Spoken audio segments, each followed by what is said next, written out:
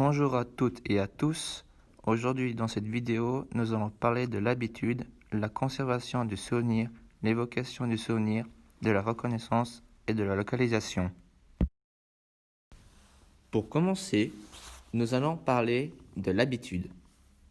La mémoire est en relation avec l'habitude, c'est-à-dire que pour travailler sa mémoire, il faut mettre en place des habitudes. Par exemple, un élève sait quand il rend des cours qu'il doit faire ses leçons.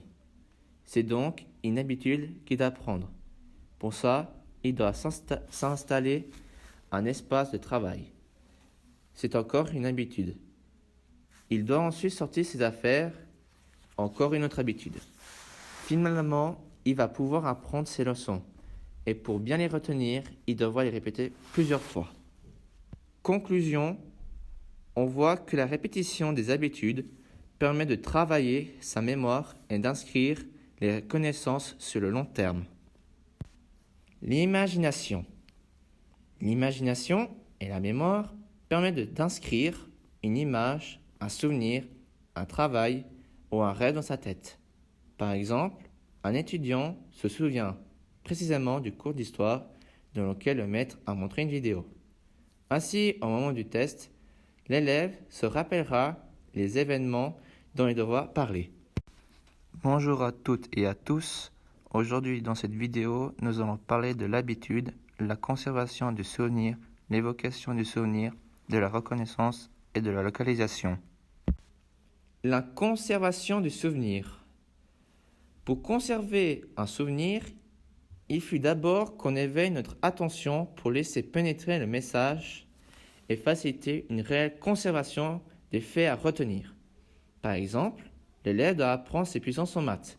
En classe, l'élève devra être bien éveillé. Cela implique une bonne gestion de son rythme, de son sommeil. Ainsi, il pourra être plus attentif au discours du professeur.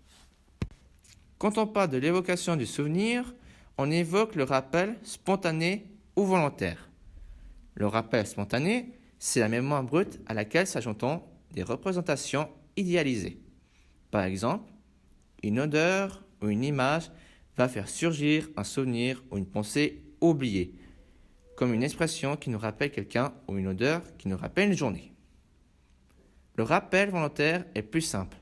C'est la mémoire réfléchie, comme le fait d'apprendre quelque chose à l'école. Nous voulons conserver cette information volontairement. Ce n'est pas le cas avec la mémoire spontanée. La reconnaissance et la localisation, c'est le fait de pouvoir visualiser une image qui a été fixée, oubliée, puis de nouveau actualisée à un moment donné.